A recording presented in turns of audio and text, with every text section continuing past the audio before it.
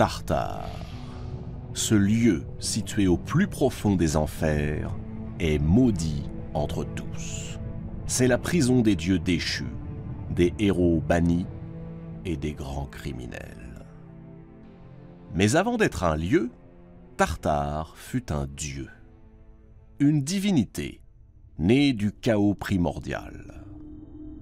Dès sa naissance, Gaïa, la terre, précipita Tartare au plus profond de ses entrailles, le transformant en une région inaccessible dont on ne peut revenir. Sur cette région règne désormais Hadès, le seigneur des enfers. Dans le Tartare sont maintenus captifs tous ceux que Zeus a frappés de son courroux.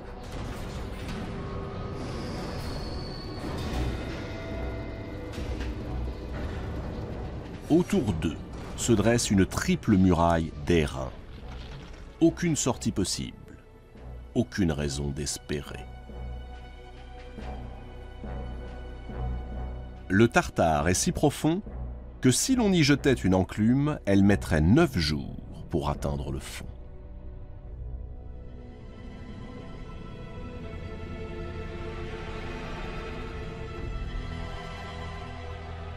Quelque part, enveloppés dans des brumes de soufre, montent les cris des damnés. Ici, les fils d'Ouranos et de Gaïa, les titans, coupables de s'être révoltés contre Zeus. Plus loin, les géants. Se croyant invincibles en raison de leur taille monstrueuse, ils osèrent déclarer la guerre aux maîtres de l'Olympe. Ils ont perdu. Mais les titans et les géants ne sont pas seuls à croupir dans le Tartare, cette prison infâme. Il y a aussi des hommes, des personnages de légende qui, un jour, portés par leur orgueil, se sont crus plus forts que les dieux.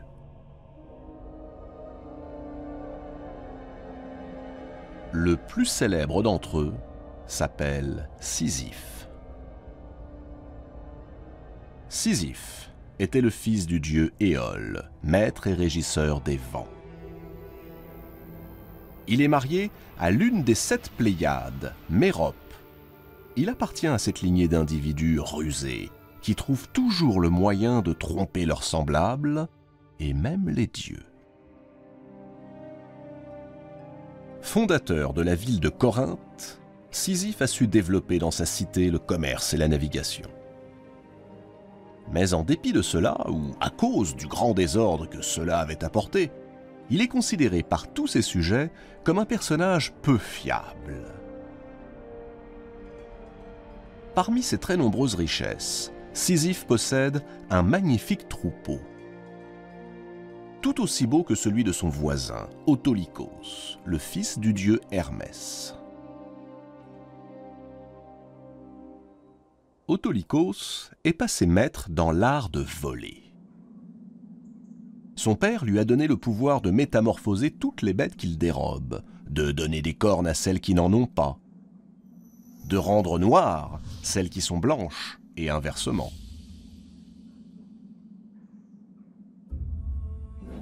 Au fil des jours, Sisyphe finit par constater un phénomène étrange. Son troupeau diminue à vue d'œil, alors que celui d'Autolycos ne cesse d'augmenter.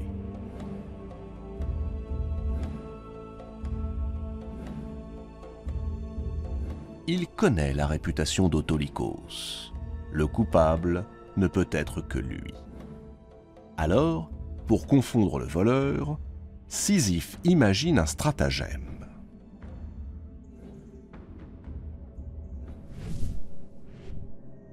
Une nuit, Autolycos emporte 10 bêtes de plus et repart.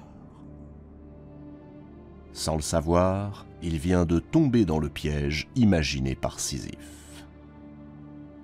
Dès l'aube, Sisyphe se présente devant Autolycos et il l'accuse de vol. Autolycos proteste. Sisyphe ordonne alors à ceux qui l'accompagnent d'inspecter le troupeau. Ils identifient aussitôt les bêtes dérobées, car il a fait graver sous chacun de leurs sabots cette inscription volée par Autolycos. Or ce jour est la veille du mariage de la fille d'Autolycos, Anticlée. Elle doit épouser le roi d'Ithaque, Laërte. Sisyphe se dit qu'il tient là sa vengeance.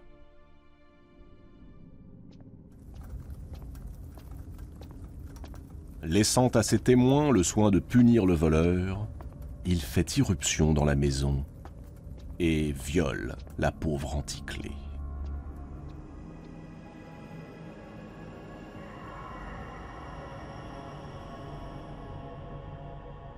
Quelque temps plus tard, un enfant vient au monde, et on lui donne le nom d'Ulysse.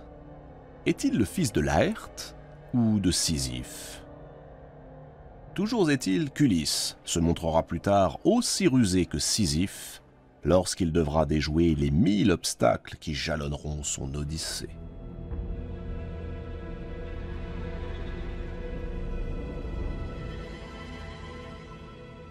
Mais une seconde affaire vaut à Sisyphe de partager le sort des damnés.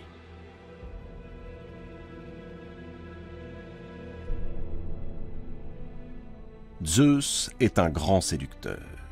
Déesses ou mortelles, toutes les créatures féminines qui croisent sa route, consentantes ou pas, finissent par succomber à ses ardeurs. Le jour où il rencontre Égine, la jolie fille du dieu fleuve Asopos, une fois de plus, son cœur s'emballe.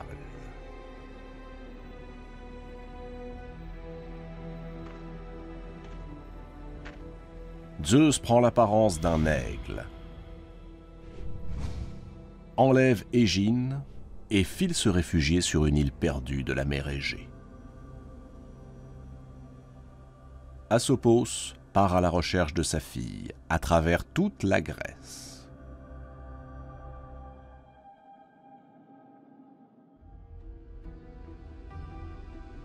Au moment où Asopos va se résigner, Sisyphe l'interpelle du haut de la tour qui domine sa citadelle. Il a fait construire cet édifice pour voir arriver tous les voyageurs. Puis il les intercepte et les rançonne. Depuis son promontoire, Sisyphe a tout vu des manigances de Zeus. Il propose un marché au père éploré.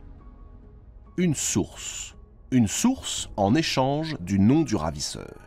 Une source perpétuelle qui permettrait à Sisyphe d'irriguer les terres arides qui entourent Corinthe. Asopos accepte et fait aussitôt jaillir les eaux d'une fontaine. Alors, Sisyphe lance à la face du monde le nom du coupable, Zeus. Zeus n'a rien manqué de la scène. D'abord, le viol d'Anticlée, et maintenant cette dénonciation, un acte d'impiété qu'il ne peut tolérer. Il envoie à Sisyphe la plus désagréable visiteuse qui soit, Thanatos, la divinité de la mort.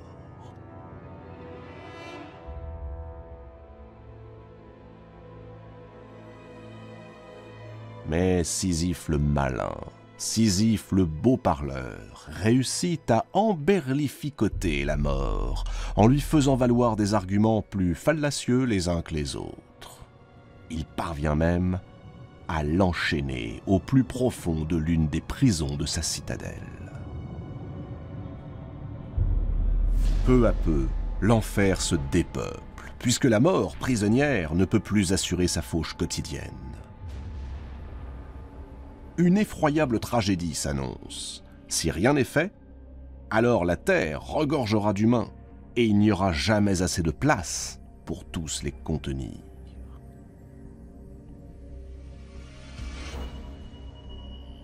Il faut agir, et vite. Zeus est sans pitié. Il condamne Sisyphe à rejoindre les profondeurs du Tartare.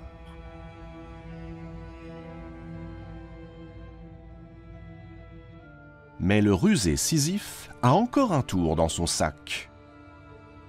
Avant d'obéir à Zeus et de descendre aux enfers, il recommande à sa femme Mérope de ne pas ensevelir son corps et de ne pas faire les offrandes rituelles. Mérope, bien que surprise, accepte. Une fois aux enfers, le condamné marche droit vers Perséphone, la reine du monde souterrain. Il lui déclare sur un ton affligé qu'étant mort sans sépulture, il ne doit pas se trouver là. On aurait dû le laisser sur l'autre rive du Styx. Il ajoute, larmoyant, que sa femme a fait preuve d'une impardonnable impiété, qu'il se soumette à la sentence de Zeus, mais qu'il demande la permission de revenir sur Terre afin de faire le nécessaire pour son enterrement et pour châtier celle qui a manqué à ses devoirs. Il s'engage à être de retour dès que les rites auront été accomplis.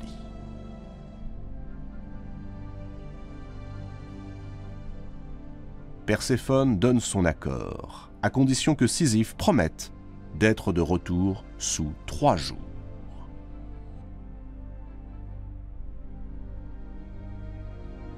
Sisyphe remonte vers la lumière et, bien évidemment, renie sa promesse. Cette fois, Zeus, exaspéré, foudroie Sisyphe. Sans autre forme de procès, il le renvoie au fin fond du Tartare. Et il invente pour lui un châtiment bien particulier. Il le condamne à faire rouler un énorme rocher jusqu'au sommet d'une colline. La tâche semble facile, mais tout est à recommencer.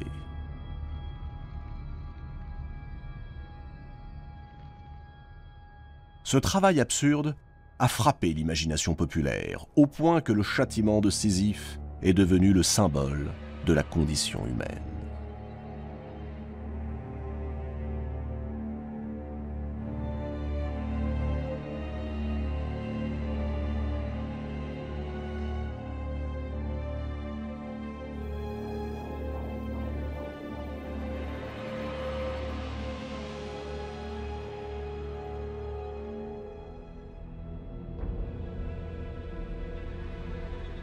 Dans le Tartare, appuyé sur son rocher, Sisyphe se console peut-être de savoir qu'il n'est pas seul.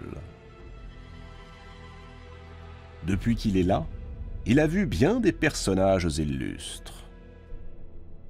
Atlas, condamné à porter le monde sur ses épaules. Mais aussi Encélade, Ixion et d'autres dont il a oublié les noms. Et voilà qu'aujourd'hui vient d'apparaître un nouveau condamné. On le mène non loin de là, de l'autre côté de la colline, jusqu'à un lac. Sisyphe connaît cet homme. C'est un roi, le roi de Phrygie, Tantale. Tantale est le fils de Zeus et de la nymphe Pluto. Il a épousé la fille du dieu Pactole.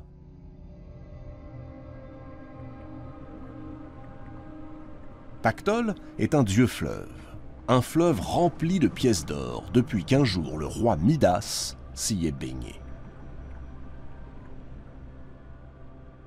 Tantale avait tout pour devenir un héros valeureux. L'intelligence, le courage et surtout la protection de son père, Zeus. Privilège rare, il était admis à participer au banquet de l'Olympe. Zeus le nomma roi de Phrygie, et le vertige du pouvoir s'empara de lui.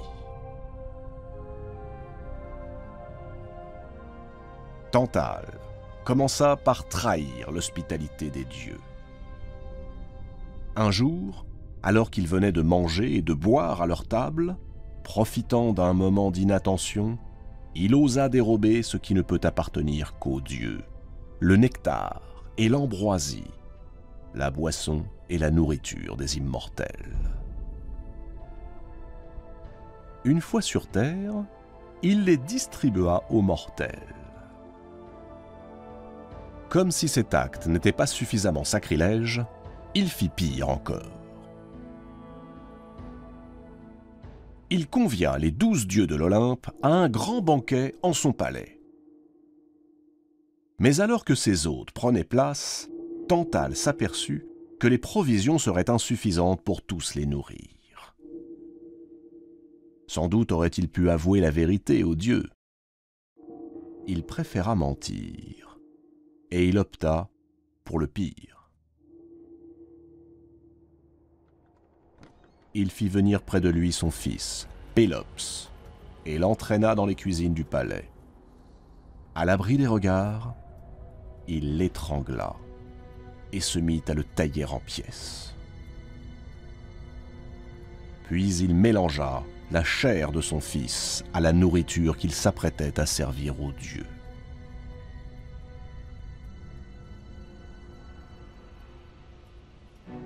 À peine ces derniers eurent-ils goûté au plat qu'ils furent saisis de dégoût et se détournèrent avec horreur. Tous venaient de reconnaître la présence de la chair humaine. Tous, sauf la déesse Déméter. L'esprit préoccupé par la récente disparition de sa fille Perséphone, elle mangea machinalement un morceau de l'épaule de Pélops.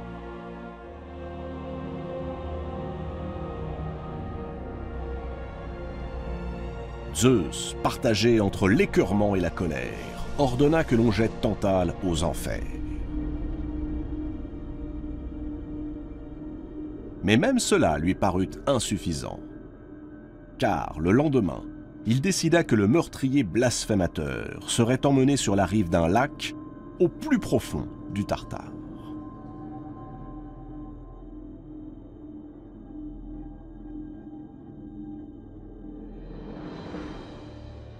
Et le voici, Tantale, roi et demi-dieu déchu. Condamné à ne pouvoir ni manger ni boire pour l'éternité.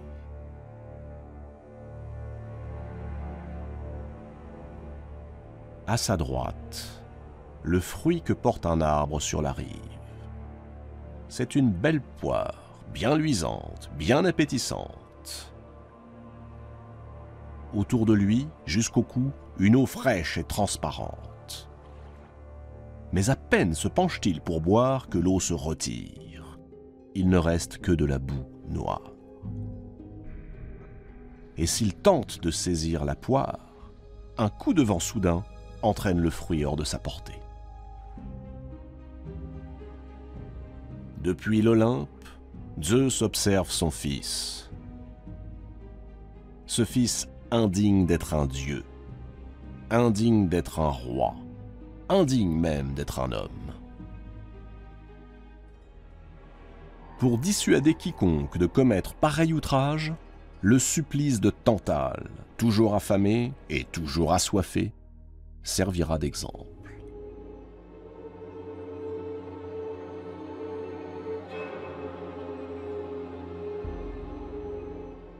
Si Zeus est redoutable dans le châtiment, il sait aussi se montrer magnanime. Il décide de ressusciter l'infortuné Pélops. Il charge Hermès de rassembler le corps démembré de l'enfant, de le faire bouillir dans un chaudron auquel il confère des vertus magiques. Ainsi, chaque parcelle du corps déchiqueté de Pélops reprendra vie.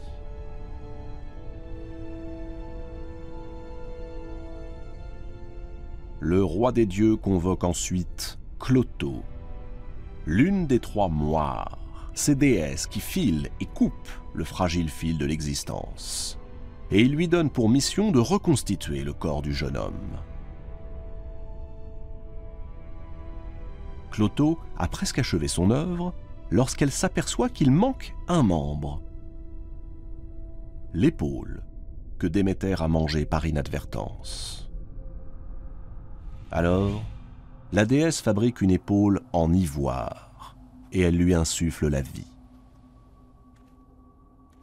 Depuis ce jour, tous les descendants de Pélops portent une tache blanche juste au niveau de l'épaule.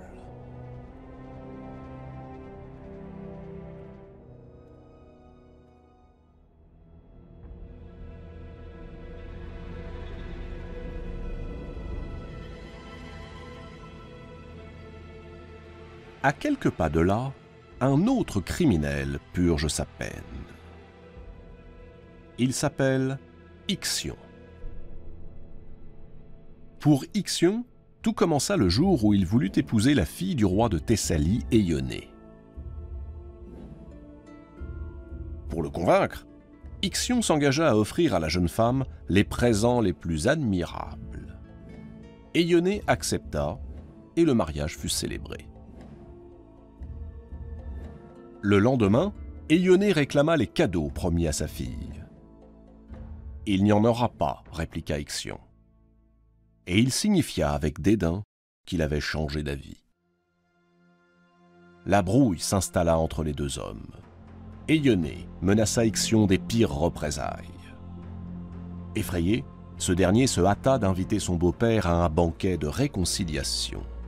Éionée accepta. Il pénétra dans le palais d'Ixion. Ixion l'accueillit, puis il l'entraîna vers la salle où était dressée la table du banquet. Alors qu'il parvenait à la hauteur d'une fosse où brûlait un grand feu, Ixion poussa violemment son beau-père.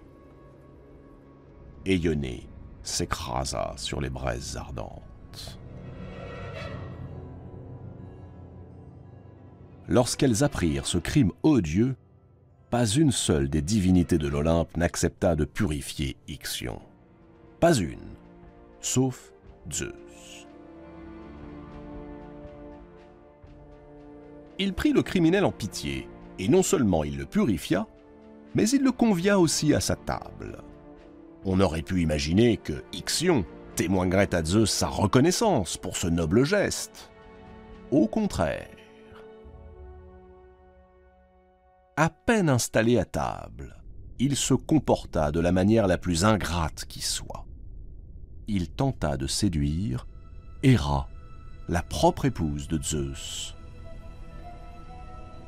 Cette fois, Ixion avait dépassé les bornes.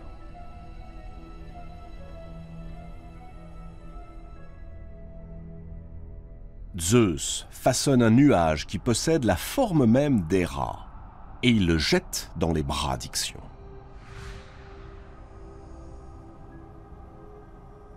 Emporté par le désir, égaré par l'ivresse, Ixion ne se rend pas compte qu'il tient entre ses bras une créature illusoire, un double de Héra.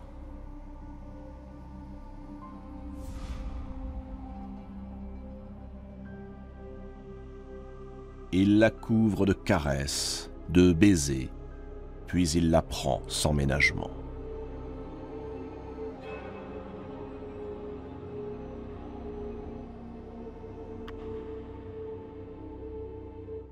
De cette union naîtra un être hybride, mi-homme, mi-cheval.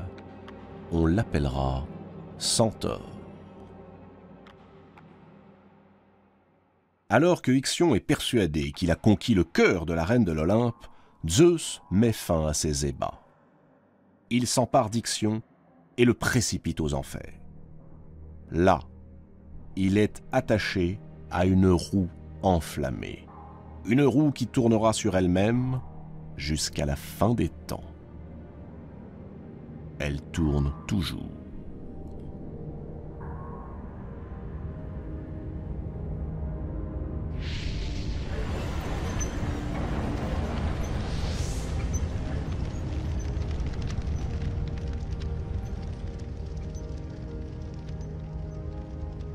Les damnés du Tartare, qu'il s'agisse de Sisyphe, d'Ixion ou de Tantale, ne croyaient pas que les dieux oseraient les punir. Ils ont commis des crimes plus atroces les uns que les autres, sans se soucier des conséquences. Mais s'il est une chose que les dieux ne supportent pas, c'est bien que de simples mortels s'imaginent invincibles.